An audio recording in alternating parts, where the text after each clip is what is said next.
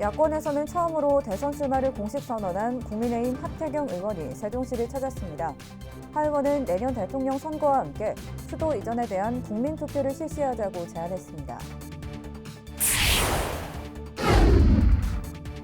종이 형태로 발급되고 있는 헌혈증의 경우 잃어버리면 무용지물입니다.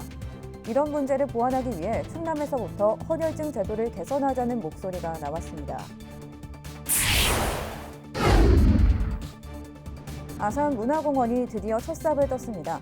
문화와 예술 그리고 휴식 공간이 어우러진 동시에 고교천과 은행나무길 그리고 현충사를 잇는 거점공원으로 기대를 모으고 있습니다.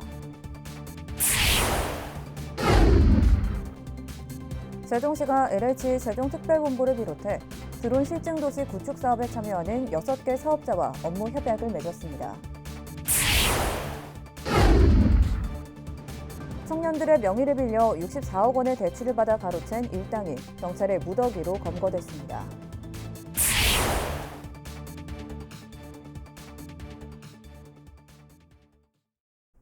시청자 여러분 안녕하십니까? BTV 뉴스 특보입니다. 우리나라에 헌혈증 제도가 도입된 지 40년이 훌쩍 넘었습니다. 여전히 종이 형태로 발급되고 있는데 잃어버릴 경우 무용지물입니다. 충남에서부터 헌혈증 제도를 개선하자는 목소리가 나왔습니다. 송용환 기자의 보도입니다. 헌혈을 하면 받게 되는 종이 형태의 헌혈증. 수혈이 필요할 때 헌혈 증서를 내면 진료비 중 일부를 공제받을 수 있습니다. 대가 없이 다른 사람에게 양도도 가능하지만 분실 시 재발급은 불가능합니다. 중복 사용이 우려된다는 이유 때문인데 이미 헌혈 기록이 전산화된 상황에서 납득하기 어렵습니다. 청와대 국민청원에는 종이 헌혈증에 대한 불평과 개선을 호소하는 민원이 제기되기도 했지만 참여 인원 부족으로 반영되지 못했습니다. 이런 가운데 충남도의회 202 위원은 도정 질문을 통해 충남형 헌혈 증서 도입을 제안했습니다. 도내 공공의료원에서 선도적으로 종이 헌혈증의 단점을 보완한 개선 방안을 마련해보자는 겁니다. 또 헌혈자와 증서를 전자 형태로 관리하고 공용 주차장 할인이나 백신 접종 우선순위 등의 혜택을 주자고 제안했습니다. 헌혈 하신 분들에 대한 기록을 전자 헌혈 증명서로 뭐 변화를 한다든지 아니면은 뭐 마일리지 같은 걸로 적립을 해놓는다든지 해서 개인 인증만 받으면은 제때 수혈을 받을 수 있을 거 아니에요? 그래서 혹시라도 의료원에서 그런 부분들을 좀 담당해 수 있나. 이 의원은 이를 통해 헌혈증의 활용도를 높이고 헌혈 참여도 독려할 수 있을 것으로 내다봤습니다. BTV 뉴스 송용환입니다. 충남도 내 모든 소방서에 임산부 전용 119 구급차가 배치됩니다. 도소방본부는 17일 도청 잔디광장에서 임산부 전용 구급차 출고 행사를 열었습니다. 전용 구급차에는 응급 분만 세트와 심장 충격기 등 31종의 장비가 탑재되어 있으며 추락 방지 시트와 차선 이탈 경보 등 임산부와 신생아를 위한 안전성을 강화했습니다. 한편 2018년 12월부터 지난달까지 임산부 119 구급 서비스 이용 건수는 총 9,034건으로 집계됐습니다. 천안시가 행정안전부가 주관한 자전거 도시 브랜드화 지원 사업에 선정돼 국비 2억 원을 확보했습니다. 이번 사업은 자전거 이용 활성화를 위해 지역별 맞춤형 자전거 정책 개발을 지원하는 사업으로 행안부는 올해 5개 지자체를 선정했습니다. 이번 공모 선정으로 오는 2025년까지 추진하는 천안형 자전거 둘레길 백리 조성 사업도 탄력을 받게 됐습니다. 최근 야권에서는 처음으로 대선 출마를 공식 선언한 국민의힘 하태경 의원이 세종시를 찾았습니다.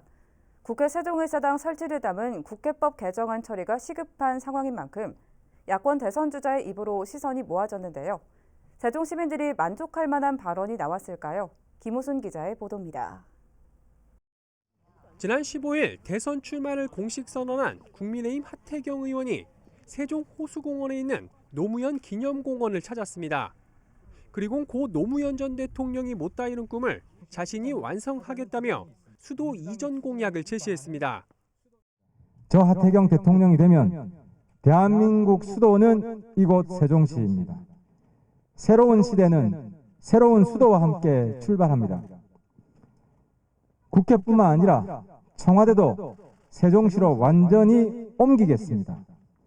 특히 청와대는 서울에 그대로 두고 국회만 세종시로 이전하자는 민주당의 주장은 꼼수에 불과하다며 내년 대통령 선거와 함께 수도 이전에 대한 국민 투표를 실시하자고 제안했습니다.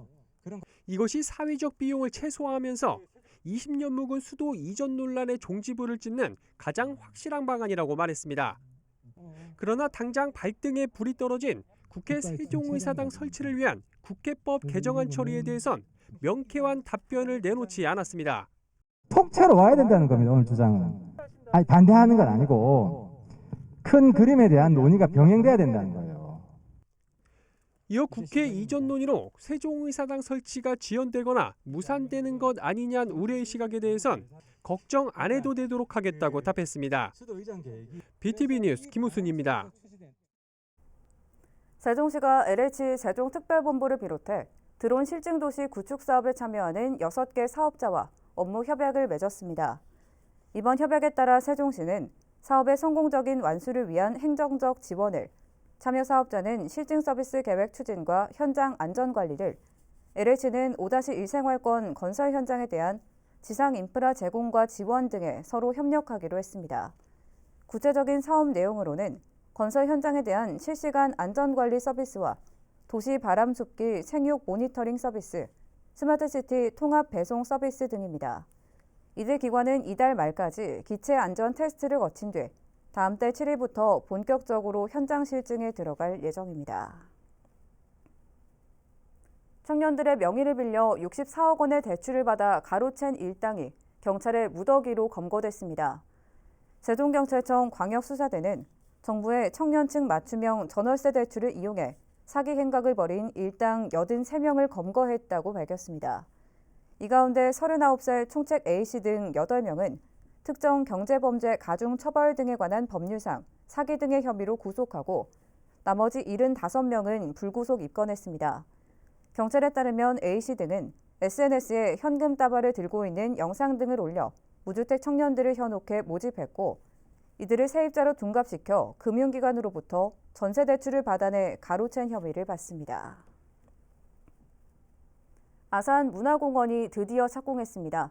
문화와 예술 그리고 휴식 공간이 어우러진 동시에 곡교천과 은행나무길 그리고 현충사를 잇는 곡교천 르네상스의 첫 발을 여는 거점 공원으로 기대를 모으고 있습니다. 보도에 김장섭 기자입니다. 아산 문화공원이 드디어 첫 삽을 떴습니다. 지난 2017년 7월 토지 매입을 시작으로 실시 설계를 거쳐 약 4년 만입니다. 이번에 조성되는 공원은 산림문화지구를 포함해 약 10만 제곱미터 규모입니다. 공원에는 휴식 문화 행사 공간인 오크숲 광장을 포함해 피크닉존과 스카이워크, 전망대 등이 들어설 예정으로 모두 184억 원이 투입됩니다. 문화와 예술 그리고 휴식 공간이 어우러진 아산 문화공원은 오는 2023년 4월 준공될 예정입니다. 공원 조성이 완료되면 이미 조성돼 있는 청소년 교육문화센터, 온양 민속박물관 등과 연계한 시너지 효과도 기대되고 있습니다.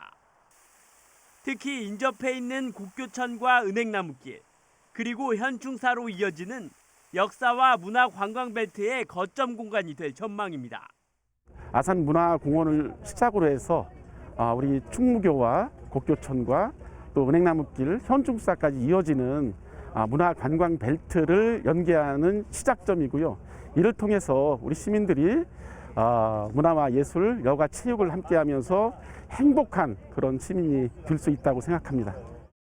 이와 함께 아산 문화공원의 마지막 퍼즐인 문예회관 건립도 추진되고 있는 만큼 아산 문화공원이 아산시를 대표하는 문화 공간으로 재탄생될 전망입니다. BTV 뉴스 김장섭입니다. 우리 지역 중소기업과 소상공인, 청년들에게 꼭 필요한 정보 전해드립니다. 오늘은 천안시 교육청소년과 송재열 과장 전화로 연결해서 최근 출범한 천안시 청년 네트워크 운영 계획 그리고 청년 담당관 신설 계획을 들어보겠습니다. 과장님 나와 계십니까? 네, 안녕하세요. 천안시 교육청소년과 송재열 과장입니다. 네, 얼마 전에 천안시에서 청년정책 네트워커를 위촉했다고 들었습니다. 청년정책 네트워커 구체적으로 어떤 것이고 또 어떻게 구성되어 있습니까? 천안시 청년정책 네트워크는 청년의 능력 개발, 복지 증진, 고용 촉진, 창업 활성화, 문화, 여가 등 모든 분야에서의 참여 확대, 권역 증진을 위하여 만들어진 기초 조직으로 보시면 됩니다. 천안시 정책 네트워크는 2021년 5월 1일부터 17일까지 60명을 공개 모집하여 46명이 지난 6월 12일 토요일에 위촉되었습니다. 또한 임대건 위원장 및 송나영 부위원장을 비롯한 7명의 임원진을 선출하였습니다. 네, 청년정책 네트워커들이 제안한 이 정책들이 실제 천안시 시정이나 예산에 반영이 되는 겁니까? 예, 천안시 청년기본조례 제18조에 의거 조직된 천안시 청년정책 네트워크는 참여소통, 교육 일자리, 문화여가, 주거복지 4개 분과로 구성되어 우리 시의 특색에 맞는 청년 정책을 각 분야에서 발굴하고 조례 제9조의 청년정책위원회 안건을 상정하게 됩니다. 또한 주민참여 예산자와 같이 청년에 대한 정책 예산을 반드시 반영해야 하고 지속적인 모니터링을 통하여 우리 시의 청년이 정주하고 꿈을 이룰 수 있는 제반 여건을 조성하겠습니다. 천안시는 올 하반기에 청년 담당관실 신설을 계획하고 있잖아요. 현재 어떻게 진행되고 있고 이 담당관실이 만들어지면 어떤 점이 좋아지게 되는 겁니까?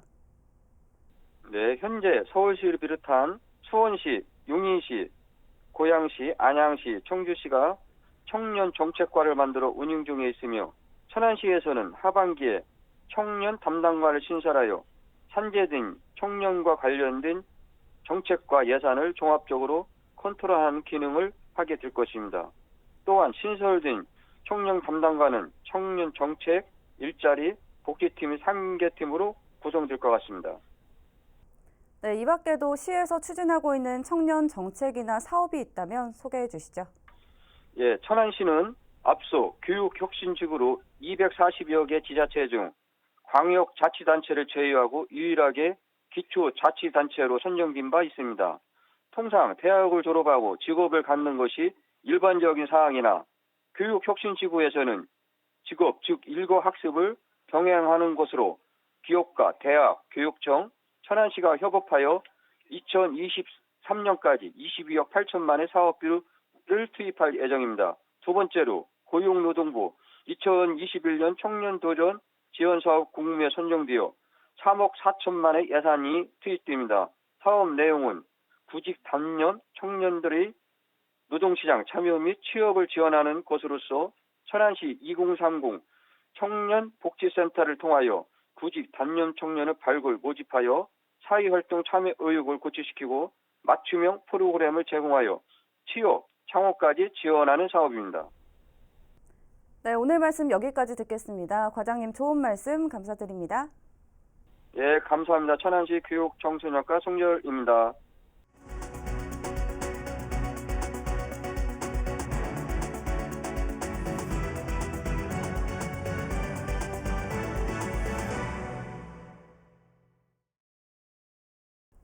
한 주간 지역 언론에 보도된 지역 소식을 알아보는 뉴스터치 언론브리핑 시간입니다. 천안시가 지난 3월 중앙투자심사를 의뢰한 풍세면 용정리 일원 천안 제6 일반산업단지 조성사업이 지난 11일 중앙투자심사를 통과했다고 중부메일 송문영 기자가 보도했습니다. 시는 중앙투자심사를 통과함에 따라 올해 특수목적법인 설립 출자를 위한 행정 절차를 완료하고 SPC 출자를 이행할 계획이며 이와 동시에 올해 산업단지 계획 승인을 통해 하반기 토지 보상을 위한 절차에 돌입한다고 밝혔습니다.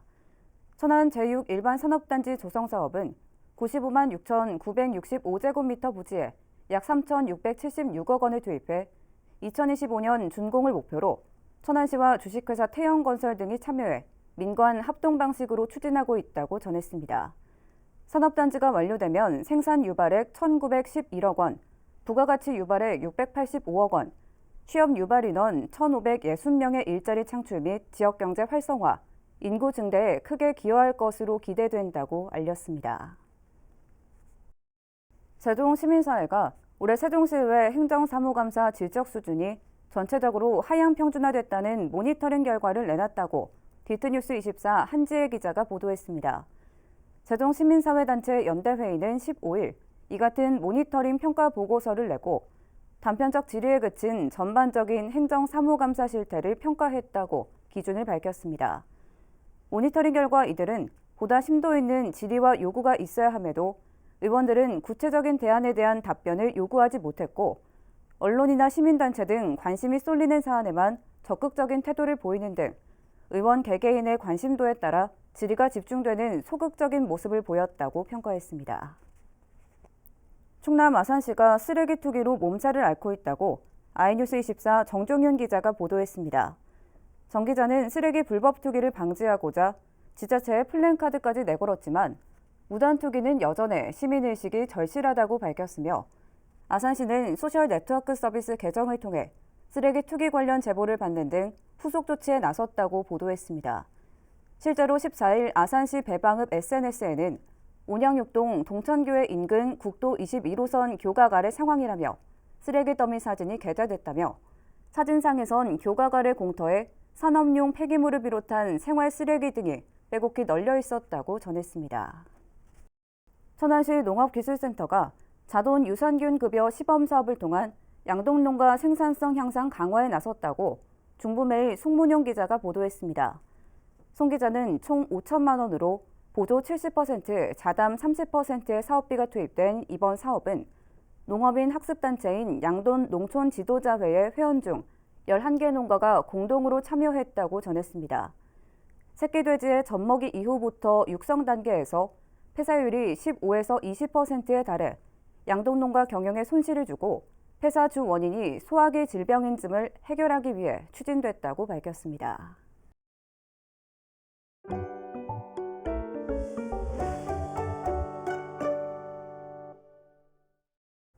아산소방서가 다음 달 2일까지 관내 20년 이상 노산업단지 입주업체를 대상으로 유관기관 합동소방특별조사를 추진합니다.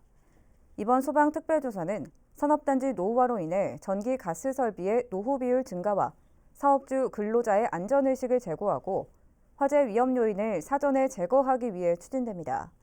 특별조사에서는 소방시설 및 피난 방화시설 적정 설치 여부와 유지 관리 상태, 소방안전관리자의 소방계획서에 따른 업무 이행 여부, 특수가연물 저장, 취급 관리 상태 등을 집중 점검하게 됩니다. 한국미술협회 아산지부가 오는 26일까지 신정호 갤러리 산책에서 여류 작가전을 엽니다. 이번 전시회는 코로나19 장기화 등 일상생활에 지친 시민들의 몸과 마음에 위로를 주기 위한 것으로 수채화와 서양화, 민화 등 한국미술협회 아산지부 여성 작가들의 작품 40점이 전시됩니다. 충남교육청이 청각장애가 있는 학부모와 교사 간의 원활한 의사소통을 위해 수어 통역 서비스를 지원합니다. 교육청은 충남 농아인협회와 협력해 수어 통역사 15명을 자원봉사자로 위촉했습니다. 이에 따라 도내 청각장애 학부모 46명은 학교의 공지사항과 가정통신문, 학부모 상담 등의 수어 통역을 받을 수 있게 됐습니다. 늦은 시각 버스 막차를 놓쳐 택시 탄 경험 한 번쯤 있으시죠? 천안에선 이런 불편을 덜기 위해 새벽 4시까지 운행하는 심야버스가 개통됐습니다. 송용환 기자가 보도합니다. 신부동 버스터미널 앞 정류장. 막차 시간을 앞두고 시내버스를 기다리는 사람들로 북적입니다.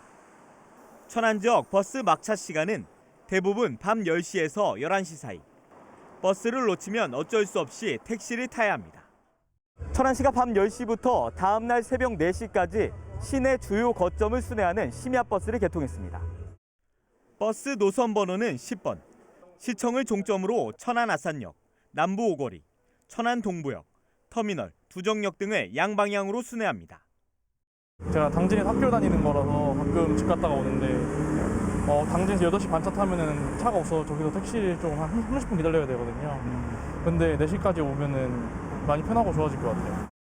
심야버스는 16인승 친환경 전기버스 6대로 30분마다 운행합니다. 요금은 일반 시내버스와 동일합니다. 우리 천안시는 생활권의 확대로 심야 시간 유동 인구가 꾸준히 증가해 왔지만은 수도권 전철과 고속철도 그리고 시내버스의 종료 시간이 서로 맞지 않아서 심야 시간 이용자들의 불편이 계속되어 왔습니다. 이를 해소하기 위해서 심야 버스를 운영하게 되었는데요. 천안시는 향후 모니터링을 통해 운행 시간과 배차 간격, 노선 등을 조정할 계획입니다. BTV 뉴스 송용환입니다. 아산 외암 민속마을 건재고택 내부가 드디어 공개됐습니다. 외암 이간 선생의 생가터 복원과 외암 및 참판댁 정비도 진행되고 있는데요. 외암 민속마을이 우리나라의 역사와 전통을 간직한 마을로 더욱더 자리매김하고 있습니다. 보도에 김장섭 기자입니다. 굳게 닫혀있던 외암마을 건재고택 문이 드디어 열렸습니다. 비스듬하게 구부러진 노송부터 세월의 흔적이 물씬 느껴지는 괴석까지 사랑채 앞 연못과 어우러져 멋들어진 운치를 자아냅니다. 건재고택은 조선 숙종 때 외암 이간 선생이 태어난 곳으로 1800년대 후반 건재 이상익 선생이 개축했습니다. 조선시대 양반집과 대표적인 정원을 볼 수 있는 곳으로 지난 2019년 아산시가 문화재 보호를 위해 매입한 지 2년 만에 개방된 겁니다. 시가 매입하기 전까지 이곳 건재고택은 사유지였는데요. 때문에 내부가 공개된 건 이번이 사실상 처음인 셈입니다. 건재고택 개방을 시작으로 내년까지 외암 이간 선생 생가터도 복원됩니다. 생가와 유물동, 생활관 등 이간 선생의 업적을 살펴볼 수 있게 됩니다.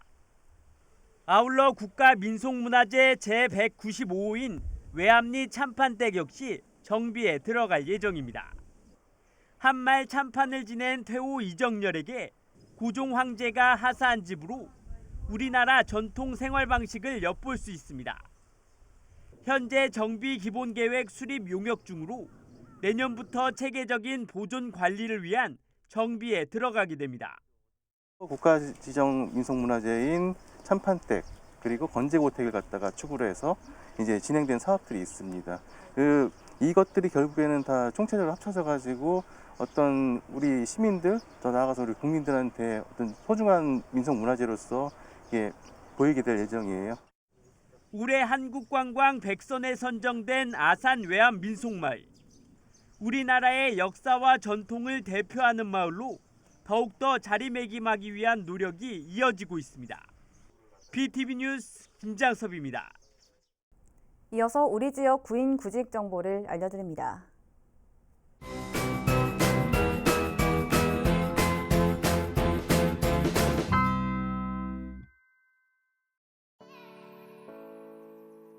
사랑과 평화의 집에서 음식 조리 업무를 담당할 직원 1명을 채용합니다. 팩스 또는 이메일로 지원 가능하며 문의사항은 041-568-1727번을 통해 안내받을 수 있습니다.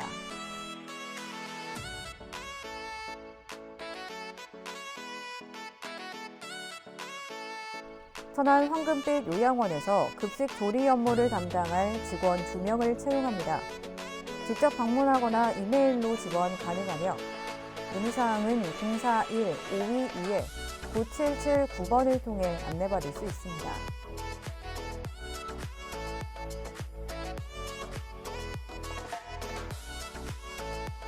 새로운 시스템에서 도시락 생산 업무를 담당할 직원 5명을 채용합니다. 직접 방문하거나 팩스로 지원 가능하며 문의사항은 041-900-5500번을 통해 안내받을 수 있습니다.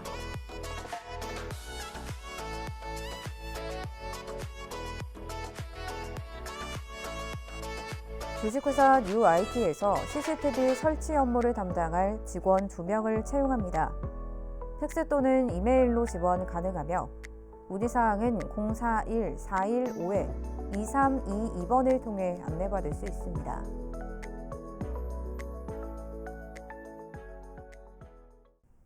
이상으로 BTV 뉴스 특보를 마칩니다. 시청해주신 여러분 고맙습니다.